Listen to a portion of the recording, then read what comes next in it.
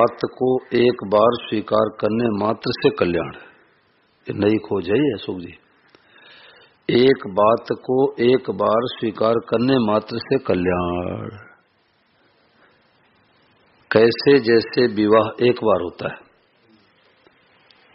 5-10 साल के बाद फिर पंडित को ढूंढते हैं क्या कि पंडित जी 25 साल हो गए विवाह के, पुराना हो गया, फिर संबंध जुड़वाओ, नहीं तो कई पत्नी पति भूल जा, पति पत्नी भूल जा। तो हरियाणा में एक बूढ़ा व्यक्ति बोला कि मरने के बाद भी भूली नहीं होती। तो क्यों? क्योंकि संबंध जोड़ दिया, उसको महत्व दिया। ये खास बात है, उसको महत्व दिया कि मेरा विवाह हो गया। अगर हफ्ते भर बाद आकर के पंडित जी कहे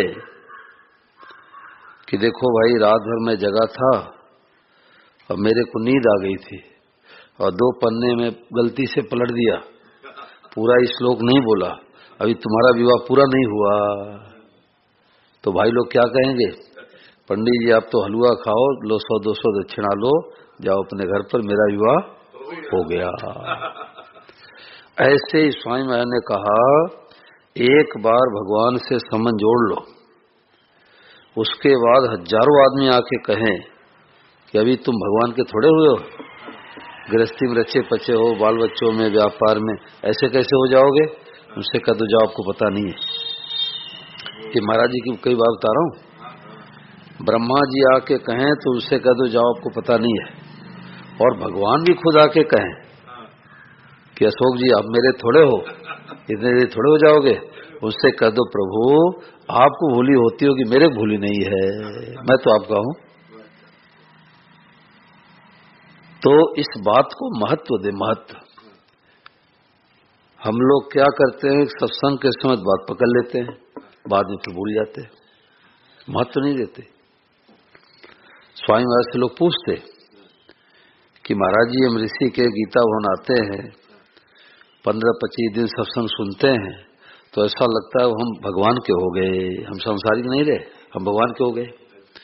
और जब घर पर जाते हैं, महीने 2 महीने 3 महीने बीतते बीतते फिर वही नून तेल लकड़ी में लग जाते हैं, फिर भूल जाते हैं।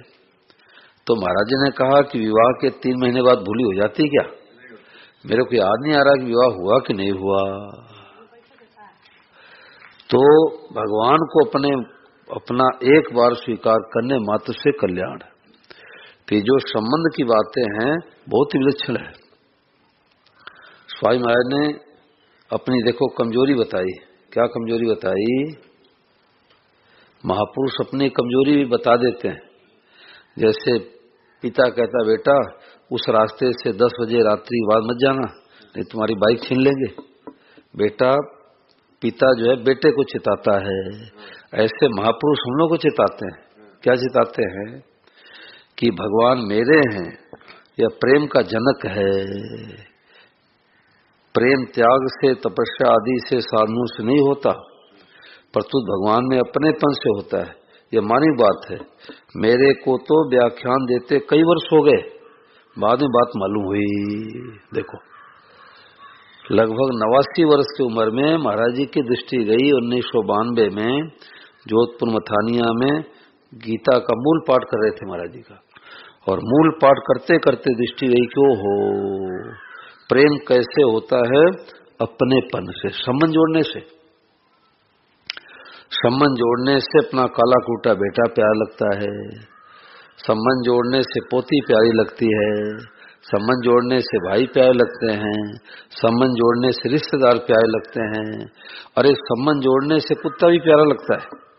मर जा तो रोते हैं कि मेरा कुत्ता मर गया, कुत्ते तो हजारों मर रहे हैं, पर तो मेरा मर गया। तो ये जो संबंध की बातें हैं, महाराज जी ने कहा, ये सीमा भीतर असीम प्रकार पेज संख्या 231 पर है ये, और भगवान नाम पुस्तक के पेज संख्या 47 में महाराज जी कह रहे हैं, यह अपना पर मार्मिक बात है और सार बात है। आप लोगों को मामूली सी समान बात दिखती होगी, पर मेरे को बहुत देरी से मिली है, सुनने पढ़ने में नहीं मिली, और मिली भी पकड़ी नहीं गई। अशोक जी आप या तो टहलो, आंख मत बंद करो, आंख मत खुला आंख रखो। हाँ, ऐसी मारी बातें चल रही है। हाँ, 500 का नोट गिनते समय ऐसे नींद आ जाती क्या? 500 का नोट गिनते करते लोग महाराज जी पूछते कि महाराज ये माला फेरते नींद आ जाती है। बोले आपकी रुचि नहीं है। 500 का नोट गिनते समय नींद आ जाती है? कह रहे 2-4 नोट ज्यादा चला गया क्योंकि मैं तो आंख ढक गई। तो आंख खुलनी चाहिए। अरे ऐसी बातें, अब ये बार बार बातें सुनने को मिलती है इसलिए उसको महत्व नहीं देते। महाराज जी ने क्या कहा? महाराज जी ने कहा कि मेरे तो भगवान है, इस बात को लेकर नाचने लग जाओ, नींद आएगी। नाचने लग जाओ, कूदने लग जाओ कि आज हमारा काम हो गया। भगवान मेरे हैं, इसके समान कोई बात है ही नहीं, होगी नहीं, हो सकती नहीं। मेरे तो गिरधर गोपाल पेज संख्या 11 पर बात लिखी है। ये पूरा सेट ले लेना, जितने सब रिटायर हो चुके हैं एक एक सेट रखो। बीमार होते 1,50,000 दवाई लाते नहीं लाते, तो ये स्टिकर रखो। 154 स्टिकर का सेट आया है, 10 सेट आया है। एक एक सेट रखो, सिरहाने रखो, अलमारी में रखेंगे, पूजा घर में रखेंगे तो आलस आएगा। अब कौन उठे कंबल से बाहर जावे तो लावे तो कौन पढ़े? सिरहाने रखो और उठते ही पढ़ने लग जाओ, बिना नहाए पढ़ने लग जाओ, एक बात से कल्याण हो जाए। ये पूरा सेट मैंने श्री आनंद जी महाराज जी को दिया। अभी हरियाणा में आए थे तो मिले, तो उन्होंने कहा कि एक बात, एक स्टिकर से कल्याण हो जाए, एक स्टिकर से कल्याण हो जाए। तो उसमें क्या लिखा था? सबसे पहले स्टिकर पर लिखा है कि सत्संग की बातें सुनी और छोड़ दी, सुनी और छोड़ दी, इसलिए अज्ञानता नहीं मिटी। सुनो और पकड़ लो। देखो, पहला नंबर दिया हुआ है, 1 नंबर, 2 नंबर, 3 नंबर ऐसे, और नीचे किस पुस्तक के किस पेज पर बातें लिखी है। तो महाराज जी ने कहा कि पहला स्टिकर पढ़ने मात्र से कल्याण हो जाए। सत्संग की बातें सुनी और छोड़ दी, सुनी और छोड़ दी, इसलिए मोह नष्ट नहीं हुआ। सुनो और पकड़ लो, सुनो और पकड़ लो तो मोह नष्ट हो जाएगा। कितनी सुलझी बातें हैं। तो महाराज जी ने कहा कि भगवान को माने बिना रूखा सूखा रहेगा, तरी नहीं होगी। प्रेम भोजन में घी की तरह, घी के बिना भोजन से भूख तो मिट जाएगी पर रस नहीं आएगा। प्रेम में विशेष रस है, मादकता है। तो साधक ने प्रश्न किया कि भगवान से संबंध जोड़ने के बाद क्या कामना इच्छा रहते हुए भगवान प्राप्ति हो सकती है? हमारे अंदर तो कामना है, इच्छा है, मोह है, और हम भगवान से संबंध जोड़ लें तो क्या कामना के रहते भगवान प्राप्ति हो सकती है? तो महाराज जी ने उत्तर दिया, हाँ, कामना रहते भगवान मिल सकते हैं, और भगवान के मिलने पर कामना नहीं रहेगी। भगवान के मिलने पर कामना नहीं रहेगी। अंधेरे में हम लाइट जला सकते हैं, और लाइट जलाते ही अंधेरा मिट जाएगा। कितनी ऊंची बात है। ये स्वामी महाराज जी को कई वर्षों के बाद इधर दृष्टि गई। हम लोग बहुत भाग्यशाली हैं जो कि बातें पढ़ रहे हैं, सुन रहे हैं, और सच्चा संत, सच्चा महात्मा, सच्चा गुरु अपने संबंध नहीं जुड़वाता, वो भगवान से ही संबंध जुड़वाता है कि बेटा आज से तुम भगवान के हो गए। ये देखो महाराज जी का स्टिकर बना है। गुरु का खास काम क्या है? भगवान के साथ संबंध जोड़ना, न कि अपने साथ संबंध जोड़ना, न कि अपने लॉकेट देना, गले में पहनना, न कि अपना ध्यान करवाना। ये खास बात है। ये अब ये बातें 1% में दुनिया में नहीं मिलेगी, 1% नहीं मिलेगी। एक चाल है कि बस हमारा लॉकेट पहन लो, फोटो ले लो, चेला बन जाओ, और अब कहीं जाना मत। तो स्वामी महाराज ने कहा कि कोई गुरु मिल गया तो भाग्य फूट गया। क्या भाग्य फूटा? कि भगवान को छुड़ा दिया, अपने में लगा दिया। श्री जयदयाल जी गुंदका जी ने एक महात्मा जी से पूछा कि आप अपना फोटो भक्तों को देते हो, पुस्तक में अपना फोटो दे देते हो, तो इससे आपको लाभ मिलता है कि भक्तों को लाभ मिलता है? किसको लाभ मिलता है? इसका उत्तर नहीं दे पाए। इसका उत्तर महात्मा नहीं दे पाए। बोलो किसको लाभ मिलता है? तो महाराज जी ने कहा कि भीतर से संबंध भगवान के साथ रखो, संत से गुरु से भी संबंध मत जोड़ो। कोई गुरु ऐसा कहेगा क्या कि हमारे संबंध मत जोड़ो? वो तो टोली बनाने का उद्देश्य यही है, चेला इसलिए बनाता है कि हमारे हो जाओ। और गुरु से लिए बिना मंत्र भगवान नाम का असर नहीं होता। यह प्रचार उनका किया गया जिनको गुरु बनने का शौक है। कहते हैं ना कि निगुरे के हाथ का पानी नहीं पीना चाहिए, निगुरे के हाथ का कन्यादान सफल नहीं होता। सब झूठी बातें, सब रुपया कमाने का तरीका है। बातें कड़वी है भाई, बातें कड़वी दवाई है ये, परंतु सब रुपया कमाने का तरीका है। स्वामी महाराज कहते पहले गुरु माँ है, बिना माँ से तो कोई पैदा नहीं हुआ। पहले गुरु माँ है। नाई का काम माँ ने किया, धोबी काम माँ ने किया, मिस्त्र काम माँ ने किया, तो माँ के रहते हुए निगुरा कैसे हुआ? निगुरा कौन है? जो गुरु तो बना लिया और भगवान संबंध नहीं जोड़ा, वो निगुरा है। वो गुरु बना के निगुरा है। और सगुरा कौन है?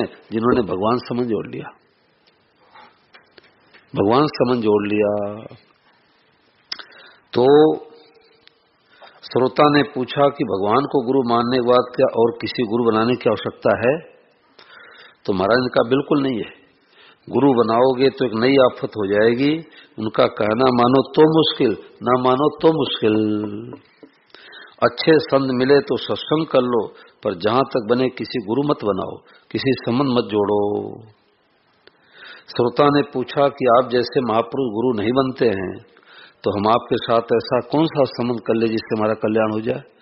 तो स्वामी महाराज ने पायो परम विश्राम के पेज संख्या 12 पर कहा है कि मनुष्य के साथ संबंध कभी नहीं जोड़ना, संबंध भगवान से जोड़ना। अगर आप यह बात मानते हो कि गुरु बिना कल्याण नहीं होता, तो छोटा गुरु क्यों बनाओ, बड़ा गुरु बनाओ। कृष्णम बंदे जगत गुरु। आप जगत के भीतर हो और जगत के गुरु भगवान श्री कृष्ण हैं, अतः भगवान को गुरु मानो और उनका उपदेश पढ़ो गीता। ऐसी सुनली बातें मिलेगी कि भगवान को गुरु बना लो, गीता को मंत्र मान लो, रामचरितमानस को मंत्र मान लो। तो भगवान से संबंध एक बार जोड़ लिया तो सदा सदा के लिए जुड़ गया, सदा सदा के लिए संबंध जुड़ गया। एक बार संबंध जोड़ लिया तो सदा सदा के लिए संबंध जुड़ गया। अब इसका पता कैसे लगे? कि जैसे आप लोगों में से कोई दिल्ली जावे और कोई पूछे कि भाई साहब आप कहाँ से आए, तो याद करना पड़ता है क्या कि रुको मैं याद करता हूँ कि मुजफ्फरपुर से आया, कि हाजीपुर से आया, कि सुपौल से आया। हाँ याद आ गया, हम तो पटना से आए हैं। याद करना पड़ता है क्या? आंख मलते मलते कहेंगे पटना से आए हैं। कि जाति के हो तो रुको डायरी खोल बताता हूँ कि ब्राह्मण हो कि क्षत्रिय हो, ऐसे हो शुद्ध हो। आंख मलते मलते कहेंगे हम तो मिश्रा जी है। कोई पूछे कि आपका माताजी विवाह हो गया, आधी रात को उठा के बूढ़ी मैया से कोई पूछे आयु का विवाह हो गया, तो मैया कहती क्या कि रुको रुको अभी बहू से डायरी मंगाती हूँ, खोल के बताती हूँ मेरा विवाह हुआ कि नहीं हुआ। बताओ अशोक जी। आंख मलते मलते कहेंगे विवाह हो गया और एक ही बार हुआ। ऐसे भगवान से संबंध एक बार जोड़ लिया तो सदा सदा के लिए सत्संग हो गया। अब इसको महत्व दो, महत्व। कि शिव मंदिर में कथा हुई, हमने भगवान से संबंध जोड़ लिया, अब ब्रह्मा जी भी आके कहेंगे तो उनकी बात मैं नहीं मानूंगा। इसको कहते दृढ़ता। महाराज जी उदाहरण देते कि पार्वती तपस्या कर रही थी तो शंकर भगवान ने ऋषियों को भेजा, जाओ परीक्षा लो क्या हमारे सेवा करना चाहती है। तो सप्त ऋषियों ने जाकर के कहा कि देवी किस लिए तपस्या कर रहे हो? बोले भोले बाबा को पति बनाना चाहती हो। अरे उनके मकान नहीं, दुकान नहीं, कपड़े लत्ते नहीं, सुंदर भी नहीं है। भगवान विष्णु बड़े सुंदर है, चाहो तो उनसे विवाह करा दूं। तो पार्वती मैया क्या उत्तर देती हैं कि महादेव अवगुण भवन, महादेव अवगुण भवन, विष्णु सकल गुण धाम, पर जेहि कर मन रम जाई सन ते ही सन काम। अब मैं जन्म शंभु हितहारा, को गुण दूषण करे बिचारा, जन्म कोटि लग रगर हमारी, बरऊ शंभु न तरह कुआरी, तजौ न नारद कर उपदेशु, और आप कहे सत बार महेशु। 100 दफा शंकर भगवान आके कह दे कि पार्वती मैं तुम्हारे सिवा नहीं करूंगा, तो उनकी बात नहीं मानूंगी। किसकी बात मानूंगी? तजौ न नारद कर उपदेशु। हमारे गुरु जी नारद जी हैं, यानी गुरु को नहीं पकड़ना, गुरु की बात पकड़नी है। हम गुरु की लात पकड़ते हैं, गुरु की बात पकड़नी है। तो एक बात को एक बार स्वीकार करने मात्र से कल्याण हो जाए। महाराज जी उदाहरण देते, 2 उदाहरण, बहुत विलक्षण उदाहरण। महाराज जी कहते कि एक बार स्वीकार कर लिया तो संदेह मत करो, कसौटी मत लगाओ। देखो इस प्रवचन को मैं 200 बार से ज्यादा सुना हूं, 200 बार से ज्यादा सुना हूं। और ऐसा ये प्रवचन है कि मुर्दे में जान आ जाए कि हम कपूत हैं चाहे सपूत हैं, पूत तो है ही। हम अच्छे हैं तो भगवान के, मंदे भगवान के। तो महाराज उदाहरण देते कि एक बार बंदरों ने किसान के बगीचे में आम खाने के लिए गए। तो अब किसान लाठी लेकर के दौड़ा। अशोक जी अब टहलो, थोड़ा टहलो, नींद आ रही है, थोड़ा टहलो पीछे। छोटे भाई की तबीयत खराब हो गई रात में। हाँ इसीलिए उसी समय से उसकी सेवा में लगा। हाँ उसमें कोई दोष नहीं आपका, थोड़ा पीछे टलते हुए सुनो, दोनों लाभ ले लो। तो बंदरों ने किसान के बगीचे में आम खाने के लिए गए। तो किसान लाठी लेके दौड़ा। तो बंदरों ने एक एक 2 आम लेकर के नदी किनारे आ गए। आपस में मीटिंग की कि भाई बगीचा किसान ने लगाया है, तो हम लोग को आम क्यों खाने देगा? अपने खुद का बगीचा तैयार करते हैं। अब बंदरों का स्वभाव आम खा करके ठंडा पानी पिए और गुठली गाड़ दिए, इतने में तुम्हारा बगीचा, इतने में इसका बगीचा, इतने में इसका बगीचा। और हर 10 मिनट के बाद उखाड़ के देखते इसमें अंकुर आ रहा है कि नहीं आ रहा है, फिर गाड़ देते, फिर निकालते इसमें फूल पत्ती आ रही कि नहीं आ रही है, फिर उसको गाड़ देते। तो 24 घंटे में हजारों बार गाड़ गाड़ के उखाड़ते रहे, बगीचा तैयार हो जाएगा? कभी बगीचा तैयार नहीं होगा। गुठली को गाड़ दो, खाद दो, पानी दो, सिंचाई करो, भराई करो, बाड़ लगा करके पशु पक्षियों से रक्षा करो, बगीचा तैयार हो जाएगा। ऐसे भगवान से संबंध जोड़ लिया तो जोड़ ही लिया बस। सत्संग एक बार होता है, सत्संग एक बार होता है, सच्चर्चा बार बार होती है। ये हम लोग कहते हैं ना चलो सत्संग चल रहा है, ये सत्संग नहीं, सच चर्चा है। सत का मतलब परमात्मा, संग का मतलब संबंध, भगवान से संबंध जोड़ने का नाम सत्संग कहलाता है, और एक बार होता है। दूसरा उदाहरण महाराज जी देते कि राजस्थान में 3 भाई रहा करते थे। तो 2 भाई तो कपड़े के व्यापारी थे, एक निठल्ला आलसी प्रमादी था, कोई काम नहीं करता था। तो माँ का शरीर पूरा हो गया तो वो राजस्थान हरियाणा में क्या करते हैं, मुक्ति धाम बना देते हैं, नगर से थोड़ी दूर बना देते हैं, वही दाह संस्कार कर देते हैं। और अस्थियां लेकर के 2-4 लोग जाते हैं हरिद्वार, गंगा जी में डालाते हैं। तो माँ का शरीर पूरा हो गया तो जो कपड़े के व्यापारी थे उन्होंने कहा देखो हम लोग यदि जाएंगे तो 6 दिन पैदल जाने में लगेगा, 6 दिन आने में लगेगा। पुराने जमाने का समय था, गाड़ी मोटर व्यवस्था थी नहीं। तो जो छोटा भाई है वो निठल्ला आलसी प्रमादी है, इसी की ड्यूटी लगा देता हूं। तो छोटे भाई से कहा, देख भाई हम लोग जाएंगे तो 12 दिन दुकान बंद करना पड़ेगा, 6 दिन जाने में 6 दिन आने में लगेगा हरिद्वार। तो ऐसा कर माँ के अस्थियों को, उसको फूल कहते हैं, माँ के फूलों को तो हरिद्वार छोड़ा, और जो क्रियाक्रम में लगेगा पैसे हम दोनों भाई लगा देंगे, तुम्हारे को लगाने की जरूरत नहीं है। छोटा भाई तैयार हो गया। अब छोटा भाई तैयार हो गया तो 3 दिन पैदल चला, तो एक गांव में रुका। तो गांव वालों से पूछा कि भाई हम अमुक स्थान से, राजस्थान से आ रहे हैं और कितने दूर और आगे, कितने दूर और जाएंगे तो हरिद्वार पहुंचेंगे। तो जो जानकार थे उन्होंने कहा, देखो जी 3 दिन पैदल चल के आए हो तो 150 कोस आप आ गए, पहले कोस चलता था, 150 कोस आप आ गए, आधी दूरी आ गए। अब 150 कोस और आगे जाओगे तो हरिद्वार पहुंच जाओगे। वो आलसी तो था ही, उसने सोचा 3 दिन पैदल चला तो 150 कोस आया, अब 3 दिन और चलूंगा तब हरिद्वार पहुंचूंगा। तो उसने गांव वालों से फावड़ा लिया, बोतल लिया, शौच जाने के बहाने जंगल चला गया और बगीचे में गड्ढा खोद के माँ के अस्थियों को ऊपर गाड़ दिया और हैंड पाइप से जल भर लिया और हर हर गंगे करते करते घर पर आ गया 3 दिन में। तो भाई लोगों के ऊपर जल छिड़का, सब घर में जल छिड़का।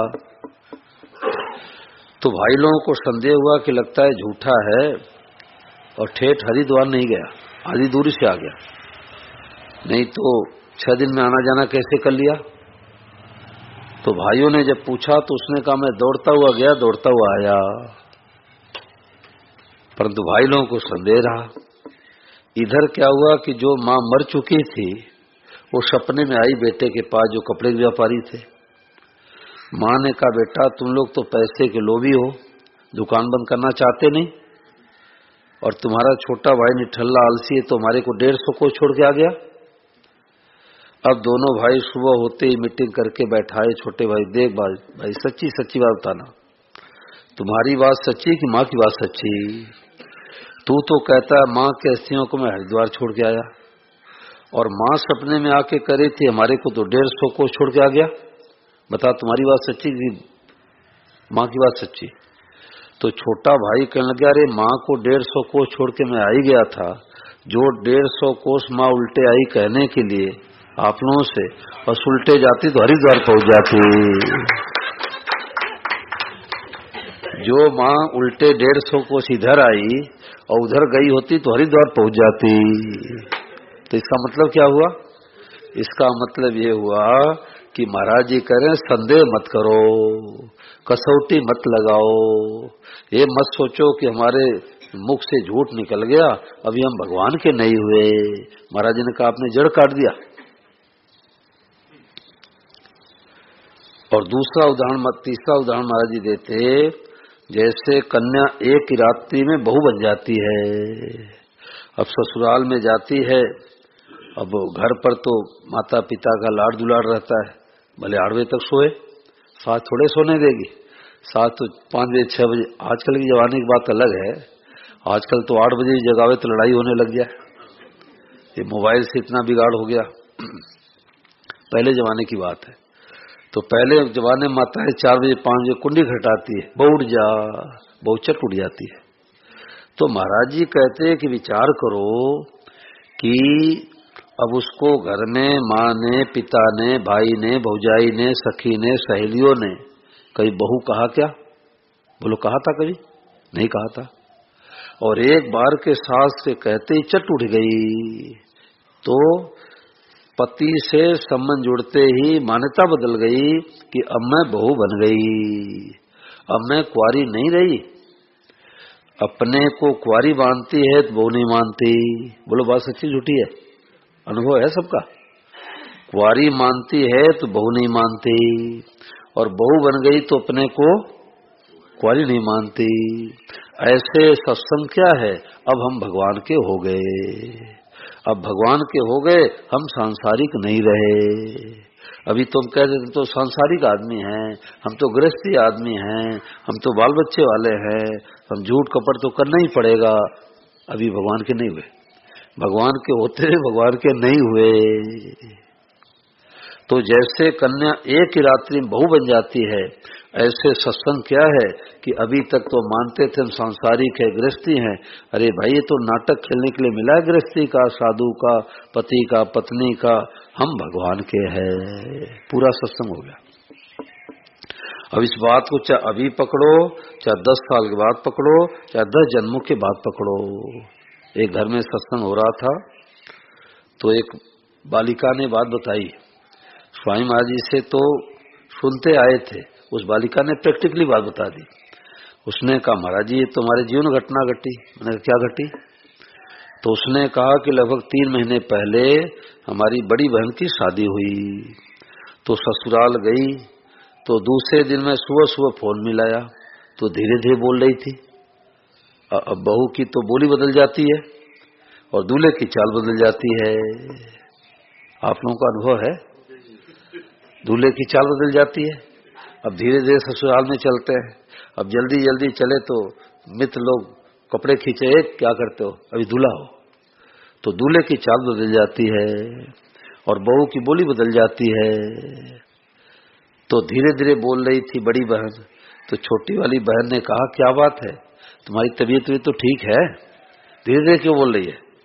उसके पिताजी बोले, जब घर पर बोलती थी तो पड़ोसी घर तक आवाज जाती थी, अब ससुराल में कैसे बोलेगी? सास का डर, ससुर का डर, पति का डर, जेठ का डर। तो छोटी वाली बहू ने कहा, क्या बात है, तुम्हारी तबीयत तो ठीक है? उसने कहा, हमारी तबीयत बिल्कुल ठीक है। और 3 बातें उसने बता दी। ये विवाह होने का, पति संबंध जोड़ने का परिणाम है। उसने कहा, अब मैं ससुराल में हूँ, अब ससुराल में जोर जोर कैसे बोलूं? दूसरी बात, अब मैं वो कोमल नहीं रही, उसका नाम कोमल है, अब मैं वो कोमल नहीं रही। तीसरी बात, अब मैं बहू बन गई, पूरा काम हो गया, अब मैं बहू बन गई। ऐसे अब हम भगवान के हैं। जैसे सुरेश नाम का लड़का विद्यालय गया, तो गुरुजी ने कहा, बेटा तुम्हें आधे घंटे के लिए लक्ष्मण का रोल करना है। उसने कहा, ठीक है गुरुजी, आधे घंटे कहो, 1 घंटे कहो, मैं लक्ष्मण बन जाता हूं। तो आधे घंटे लक्ष्मण बन करके खूब मेघनाथ से नोक झोंक किया। जब नीचे उतरा तो उसके मित्रों ने कहा, वाह भाई सुरेश, तूने तो बहुत बढ़िया नाटक किया लक्ष्मण का। अब सुरेश कहने गया, सुरेश कौन है? मैं तो लक्ष्मण हूं। बड़ी विशेष बात है ये। सुरेश कहने गया कि सुरेश कौन है? मैं तो लक्ष्मण हूं। मित्र लोग हंस के कहने लगे, यार तू आधे घंटे में भूल गया, तू तो सुरेश है, लक्ष्मण बना था, स्टेज पर लक्ष्मण बना था। अब स्टेज पर जाके कहे मैं सुरेश हूं, तो नाटक में गड़बड़ी। स्टेज पर जाके कहे मैं सुरेश हूं, मेघनाथ के सामने कहे मैं सुरेश हूं, तो नाटक में गड़बड़ी। वहां क्या कहना पड़ेगा? मैं लक्ष्मण हूं। और स्टेज के नीचे आके कहे मैं लक्ष्मण हूं, तो नाटक में गड़बड़ी। ऐसे ही ब्राह्मण, क्षत्रिय, वैश्य, शूद्र नाटक खेलने के लिए मिला है, तो नाटक में गलती नहीं करना है। मैं ब्राह्मण हूं भाई, ब्राह्मण हूं, ब्राह्मण विवाह करूंगा, ब्राह्मण कर्तव्य का पालन करूंगा। और भीतर से क्या माने कि मेरे तो गिरधर गोपाल दूसरों न कोई, हम भगवान के हैं। ये तो नाटक खेलने के लिए मिला है। तो नाटक में गलती करे तो गलती, और नाटक को सच्चा माने तो गलती।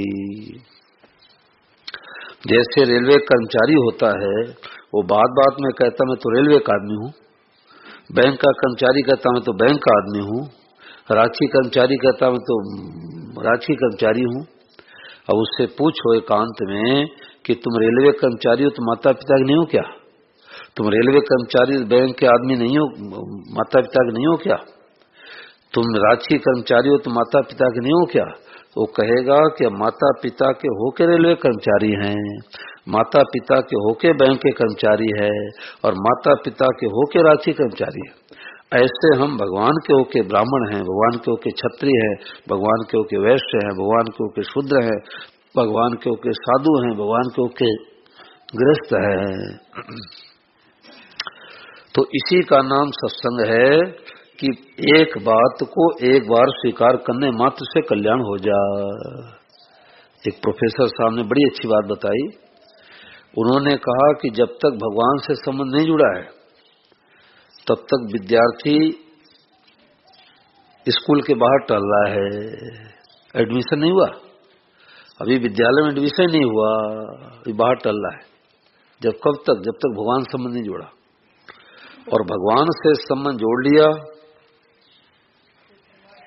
इसी को कहते हैं सत्संग। और संबंध जोड़ने का परिणाम क्या है कि सब रूपों में भगवान दिखने लग गए। एमए की डिग्री मिल गई, एमए की डिग्री मिल गई और सब जगह भगवान उसका अनुभव हो गया, तो समय नौकरी मिल गई, एडमिशन भी हो गया और एमए की डिग्री मिल गई और नौकरी मिल गई। तो एडमिशन क्या है? भगवान से संबंध। भगवान से संबंध जोड़ लिया तो एडमिशन हो गया, और भगवान से संबंध नहीं जोड़ा तो भी एडमिशन नहीं हुआ। एमए की डिग्री कैसे मिलेगी? अब इसमें कोई बात पूछो आप लोग, तो सार बातें एकदम मक्खन मक्खन बातें चली है। कोई बात पूछो माताओं बहनों में, भाइयों में। देखो, पूछने से बातें खुलती है, पूछने से पता लगता है कि हम कितनी बातों को पकड़े हैं। अब इसमें कोई बात पूछो। सवाल कोई जिज्ञासा, कोई इच्छा है? महाराज जी, भगवान से संबंध जोड़ने का जो हमारे हम लोग प्रयास करें, हाँ, उस प्रयास में अभ्यास में कहीं संसारिक क्या तो छूटेगी नहीं? संसारिक छूटेगा तो नहीं? अन्य जो संसारिक काम, सेवा खूब करो। देखो, खास बात है, संसार वाले चाहते सेवा और भगवान चाहते संबंध। बोलो मत, आपस बोलो मत। प्रश्न हो तो पूछो, बोलो मत। संसार वाले राजी होते सेवा से और भगवान राजी होते संबंध से। सेवा संबंध दो बातें हैं ये। अब पति पत्नी का विवाह हो गया, संबंध जुड़ गया, अब वो एक दूसरे की सेवा नहीं करे तो आपस में तलाक ही तलाका हो जाएगा। बोलो, होगा कि नहीं होगा? तो संसार वाले चाहते हैं सेवा खूब करो, रात दिन करो और संबंध जोड़ो। मेरे तो गिरधर गोपाल दूसरों न कोई। भीतर से मानो कि भगवान मेरे अपने हैं, ऊपर से कहो कि मेरी पत्नी है, मेरा बेटा है, मेरी बेटी है, मेरा मकान है, मेरी दुकान है। ऊपर से कहो, कोई मकान कब्जा करे तो मुकदमा करो, पर भीतर से मानो कि हम भगवान के हैं, भगवान हमारे हैं। क्या बाधा लगी? क्या बाधा लगी बताओ? मीराबाई ना लोग बन जाए, मीराबाई बन जाए तो थाना कोर्ट कचहरी सब बंद हो जाए, निहाल हो जाए, निहाल हो जाए। तो कोई घर थोड़े छोड़ना है, कोई बाबा जी थोड़े बनना है, गृहस्थ में हो जाओ।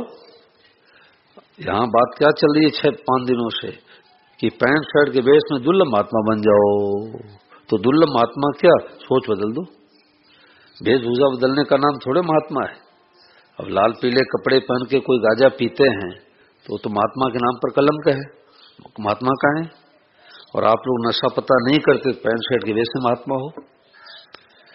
तो दुर्लभ महात्मा कौन? जो अपने सोच को बदल दे कि जगत नहीं है, जगत के रूप में कौन है? साक्षात जगदीश है। पूरा सत्संग हो गया। बहुत सुंदर आपने प्रश्न किया। और कोई माताओं बहनों पूछो कोई बात।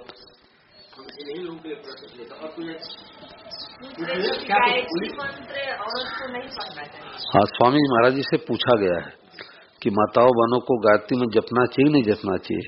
तो महाराज जी कहते हैं कि माताओं बहनों को एक तो शिवलिंग का स्पर्श नहीं करना चाहिए। बेलपत्र चढ़ा दो, गंगा जल चढ़ा दो, ऊपर से पुष्प चढ़ा दो, छूना नहीं चाहिए शिवलिंग का। माताओं को स्पर्श नहीं करना चाहिए। दूसरी बात महाराज जी कहते हैं कि गायत्री मंत्र का जप माताओं बहनों को नहीं बोलना चाहिए। जो यज्ञोपवीत संस्कार जिनका हो गया, जनेऊ धारण कर लिए, वही गायत्री मंत्र बोल सकते हैं। अगर ब्राह्मण भी है, अगर यज्ञोपवीत संस्कार नहीं हुआ है, जनेऊ धारण नहीं किया है, तो गायत्री मंत्र नहीं बोल सकता है। स्वामी राम सुखदास महाराज जी के सत्संग के अमृतकण पुस्तक में 3 जगह बातें आई है। मेरे पास लिखा हुआ 3 जगह बातें आई है। और अपने इसमें भी, रेडियो में भी है, रेडियो में बात आई है। ठीक है ना भैया? राम राम करो। ब्राह्मण देवता जो गायत्री मंत्र का जप करेंगे, माताएं बने राम राम करे, वही लाभ मिलेगा। शिवलिंग पर जल चढ़ाते तो छूते हैं, तो महाराज जी कहते नहीं मानेगा, चंदन नहीं लगाएंगे, विपत नहीं कराएंगे, अक्षत नहीं कराएंगे। अब उसमें महाराज जी ये कहते थे कि भाई जहाँ भाव होता है वहाँ दोष नहीं लगता, जहाँ भाव होता है वहाँ दोष नहीं लगता। परंतु शास्त्र का जो नियम है, नियम यही है, हनुमान जी का विग्रह है, उनका स्पर्श माताओं बहनों को नहीं करना चाहिए, क्योंकि हनुमान जी ब्रह्मचारी है, माताओं बहनों को छूना नहीं चाहिए। सुंदरकांड का पाठ करो, हनुमान चालीसा का पाठ करो, रामायण का पाठ करो, परंतु हनुमान जी को छू के प्रणाम करने का विधान नहीं है। यही तो बातें हैं कि जो तात्विक बातें हैं हम लोग पकड़ते नहीं। स्वामी महाराज कहते माताओं बहनों को केवल पति का ही पैर छूना चाहिए, पति के सिवा कोई साधु ब्राह्मण सन्यासी गुरु जेठ ससुर कोई भी हो, दूर से ही पृथ्वी पर हाथ लगा प्रणाम कर लो, दूर से राम राम कर लो, पर पुरुष का स्पर्श माताओं बहनों को नहीं करना चाहिए। भगवते नमः। और किसी सभा में जाओ तो नाचना नहीं चाहिए। आज एक परंपरा बन गई कि आज कन्हैया का जन्म है और खूब नाचो। तो पुरुषों के सामने माताएं नाचे कितने शर्म की बात है। अब बाबा जी के सामने माताएं नाचे कितने शर्म की बात है, परंतु एक परंपरा बन गई। तबले की आवाज और बढ़वा देते, हाँ खूब नाचो। तो महाराज जी कहते कि किसी कथा में जाओ, सत्संग में जाओ, तो हर हर महादेव जब बोला जाता है, बोलो मत, हर हर महादेव बोला जाता है, तो भाइयों को तो दोनों हाथ खड़ा करना चाहिए और माताओं बहनों को हाथ जुड़ाना चाहिए, ये मर्यादा है। यानी हर हर महादेव के समय माताओं को ऐसे हाथ नहीं खड़ा करना चाहिए, अंग प्रदर्शन होता है, इसलिए माताओं को हाथ जोड़ लेना चाहिए, ये मर्यादा है। आज मर्यादा को तोड़ते जा रहे, इसलिए पतन हो रहा है, ये बात है। और बोलो, समाधान हुआ ना? पूछो पूछो। महाराज से कुछ जानना चाहते हैं, रुद्राक्ष माला पहन सकती है। और स्वामी महाराज कहते थे, अब सुनो, स्वामी महाराज कहते थे कि माताओं बहनों को रुद्राक्ष का माला नहीं पहनना चाहिए। माला भले कर लो, माला कर लो, माला कर लो, और गले में तुलसी का माला पहनना चाहिए। रुद्राक्ष की माला के लिए नियम है कि भाई लोग रुद्राक्ष का माला पहन सकते हैं, पर शौचालय में जाने के पहले निकाल दो, अशुद्धि के समय निकाल दो, और श्मशान भूमि जाओ तो निकाल दो। और तुलसी का माला चाहे भाई हो चाहे बहन हो, पुरुष हो चाहे स्त्री हो, विधवा हो चाहे सुहागिन हो, कोई भी हो, एक बार गले में धारण कर लिया, जीवन भर निकालने की जरूरत ही नहीं है। बोलो तुलसी मैया की। तो तुलसी का माला गले में पहनना चाहिए। और बाजार की माला कोई भरोसा नहीं कि शुद्ध है कि शुद्ध है। अपने घर में तुलसी मैया का पौधा सूख जाए, उसको भिगो करके छेद करके पहन लो। अभी देखो एक गांव में एक सज्जन वो मेरे को माला बना के दिया, हाथ से बना हुआ, अरे हाथ से बना हुआ, बाजार का नहीं है, हाथ से बना हुआ माला है। तो तुलसी का माला गले में हो तो भूत प्रेत नहीं लग सकते, तुलसी का माला हो तो यमराज के दूत नहीं आ सकते। तो तुलसी का माला माताओं बहनों को पहनना चाहिए, रुद्राक्ष का नहीं पहनना चाहिए, ये बात है। और बताओ,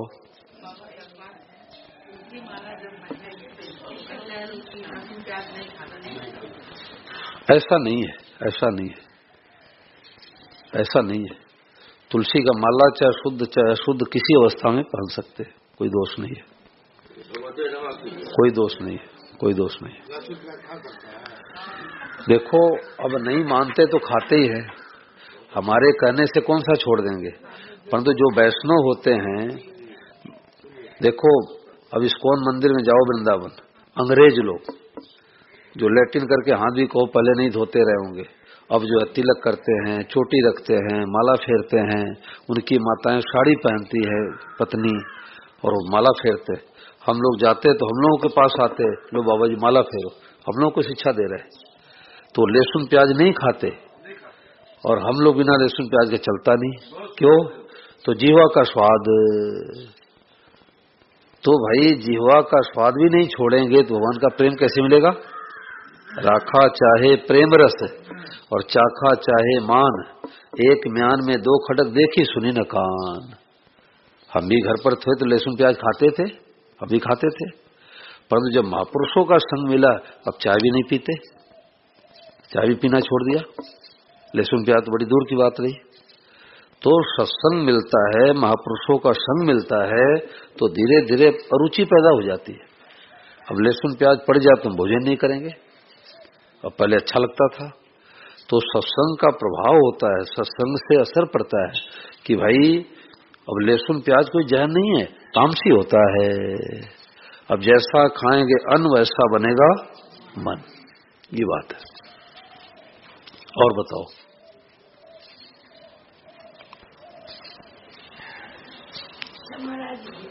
छत के ऊपर हम शिवलिंग रखे हैं? शिवलिंग रखे, हाँ, छत के ऊपर तो कोई दोष नहीं है, कोई दोष नहीं। ना ना कोई दोष नहीं। महाराज जी जैसे मोलुआ नहीं है, हम बनाए खुद, समझ गए। आज से नहीं, आज कम से कम 20 वर्ष से कोई दोष नहीं। कई लोग तुलसी जी में के पास रख देते हैं। क्या करते हैं लोग, कहते हैं कि घर में रखी है तो इसके कारण नहीं। देखो एक और भ्रम है। क्या भ्रम है? ध्यान देके सुनो कि घर में बहू आई, घर में बहू आई, अब बोलो मत, घर में बहू आई, घर में बहू आई और 1 साल के अंदर ससुर जी चले गए, देहांत हो गया। तो सास क्या कहती है कि हमारी ऐसी बहू आई कि अपने ससुर को खा गई। ये कई प्रदेशों में है ऐसा नियम, तो ये दोष लगता है, ऐसा कभी नहीं सोचना चाहिए। वो तो अपने आयु से गए, ससुर जी पति देव तो अपने आयु से गए हैं, बहू बेचारी क्या दोष है? अच्छा, बहू अगर घर में नहीं आवे तो क्या पति देव अजरमर रहेंगे? बोलो। कथा होती है और कोई मान लो कि बस्ती में किसी की मृत्यु हो जाए तो कहते ये बाबा जी आए, भागवत कथा शुरू किए और कोई व्यक्ति मर गया। अच्छा, बाबा जी नहीं आते तो बस्ती वाले अजरमर रहते क्या भाई? हरियाणा में ऐसे घटना घटी, एक व्यक्ति मर गया तो एक बूढ़ा व्यक्ति आया, 5-6 दिन बीत चुका था, बोले महाराज भागवत कथा बंद हो सकती है क्या? हमने क्यों? तो उसने कहा एक व्यक्ति मर गया। मैंने कैसे मरा? तो उसने कहा पहले तो शराब पिया और ढानियों में खेत में मकान बना के रखते, उसको ढानी बोलते हैं। बोले ढानी में किसी का कमरे का ताला तोड़ के और कीटनाशक दवाइयां पिया, पहले तो शराब पिया फिर कीटनाशक दवाइयां पिया और फिर हौज बनाते खेत में, कुएं टाइप का, उसमें जाके कूद गया। तो हमने कहा कि शराब पी के मरा तो शराब का ठेका बंद कराओ, भागवत क्यों बंद कराते हो? बुद्धि खराब है। कि कीटनाशक दवाइयां पी करके मरा तो कीटनाशक दवाइयों का दुकान बंद कराओ। अब मरा तो शराब पी करके, कीटनाशक दवाइयां पी करके और भागवत बंद कर दो, बुद्धि खराब है। तो उल्टी मान्यता है, कभी ऐसा नहीं सोचना चाहिए कि बहू आई तो ऐसा हो गया, हमारे पड़ोसी ने दुख दे दिया। जो ऐसा सोचते हैं हमारे पड़ोसी ने दुख दे दिया, उनका दुख कभी मिटेगा ही नहीं। जहां जाओ पड़ोसी तो मिलेगा, बोलो। तो काहू न को सुख दुख कर दाता, निजकृत कर्म भोग सब भ्राता।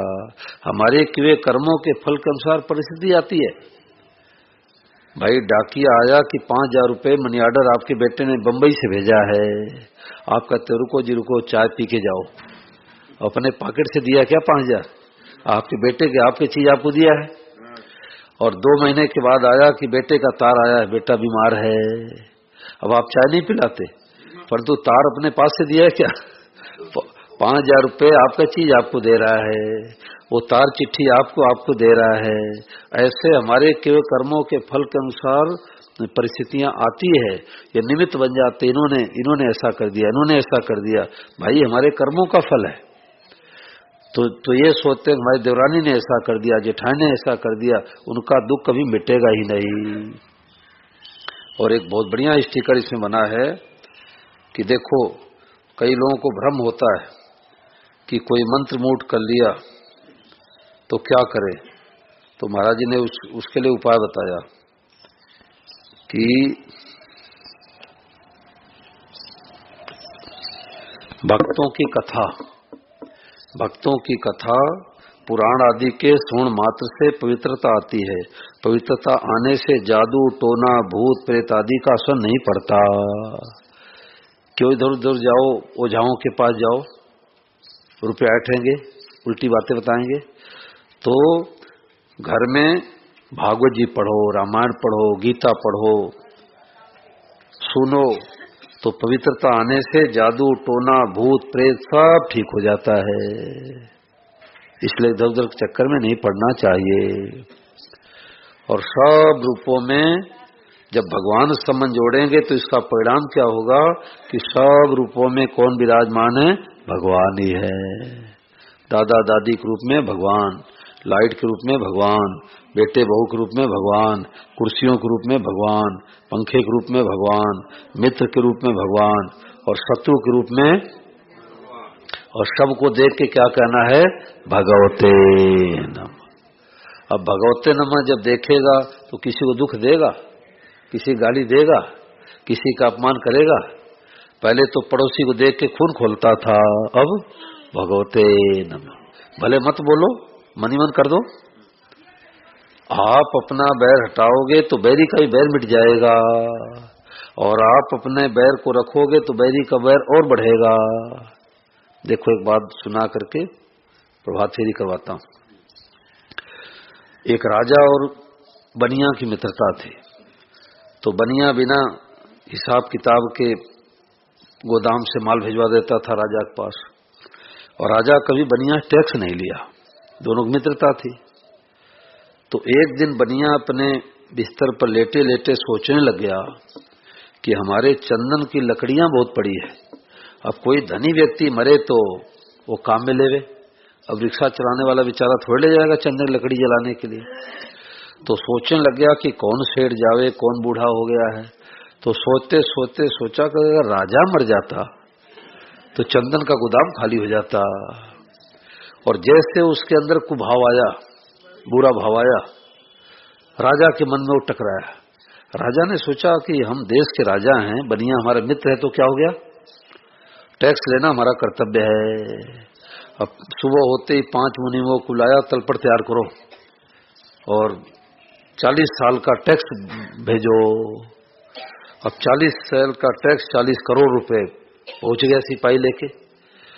बनिया देख के घबरा गया, अरे राजा तो हमारी मित्रता ऐसे कैसे आ गया, चलो राजा के पास चलते हैं। राजा के पास गया कि राजन आपके मन में कैसे बात आई? बोले आपके मन में कोई बात आई थी क्या? बोले हमारे मन में तो आई थी, हमारे मन में तो आई थी। अब आप तो मित्र मित्र हैं, क्या छिपाऊं? हमारे मन में आई थी कि चंदन गोदाम भरा पड़ा है और कोई धनी व्यक्ति जावे तो गोदाम खाली हो जाए, तो मैंने सोचा कि राजा मर जाते तो गोदाम खाली हो जाता। बोले यही कुभाव टकराया है, यही कुभाव टकराया है। तो बैरी का बैर मिटाने का उपाय क्या है? जब उसकी याद आवे मनी मन उसके चरणों प्रणाम करो, भगवते नमः कह के प्रणाम करो। जब जब याद आवे बार बार प्रणाम करो, आपका बैर तो मिटेगा, पड़ोसी का बैर मिट जाएगा। ये उपाय है, ये पड़ोसी का बैर मिट जाएगा। बोलो।